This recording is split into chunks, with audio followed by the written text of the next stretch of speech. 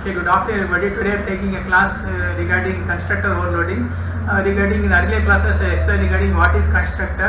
Constructors are used to initialize the object for a given value. Constructor will have the same name as that of the class name, and constructor cannot return any value. Constructor cannot override. Okay, but you can overload. Constructor can overload. How many parameters I want, we can pass the parameter to the function. That is called constructor overloading. Okay, same class with number of parameters. Same class you are calling with the number of parameters. That is called constructor overloading. Okay. Now and constructor is a very important concept in C++. Okay.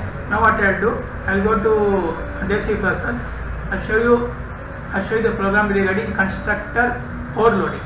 Okay. Constructor overloading. Okay. I'll go to constructor overloading. Now this program. Now here I am taking a class.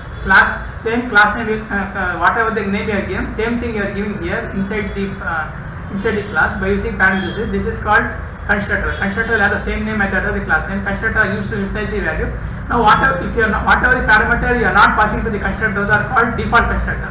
Default constructor means you are not passing any argument, and whatever the parameter you are passed to the constructor is called as parameterized constructor. Parameterized constructor. In one constructor there is no argument, in another constructor there is one argument, in another constructor there is two arguments. Like that, in different constructor they are passing different argument. Now in the main function what I am doing, in the main function I am calling that class with a different object. Now first class with object 1 with the default constructor, again same class with object 2 with the one parameter constructor, again same class with the object 3 with the two parameter constructor.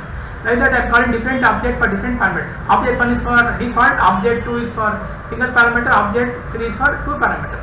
Like that, okay, in one class, in one constructor I can pass how many parameters I want I can pass. This is called as parameterized constructor, or you can say constructor overloading. Now I run this program. See here. Name spelling mistake. Okay, run this program. See, one is for default constructor.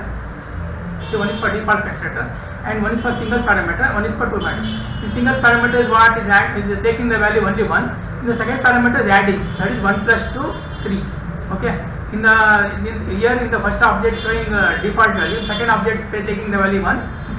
In the third object is adding the values. Okay. This is the use of constructor overloading in C++. Okay.